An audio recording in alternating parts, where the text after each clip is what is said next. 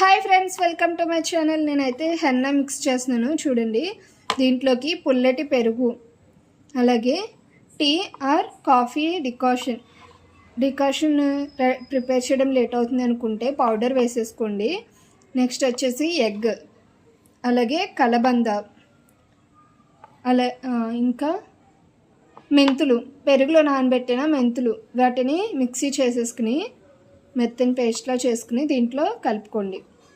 ఇలా మిక్స్ చేసాక మీ దగ్గర రెడ్ కలర్ మందార పూలు ఉన్నట్లయితే వాటిని కూడా పేస్ట్ చేసి దాని నుంచి జ్యూస్ని సపరేట్ చేసి దీంట్లో కలుపుకోండి. నెక్స్ట్ హెన్నా పౌడర్ అండి. నేను అన్నీ ఇంట్లో ఉన్నవే చెప్పాను మీకు.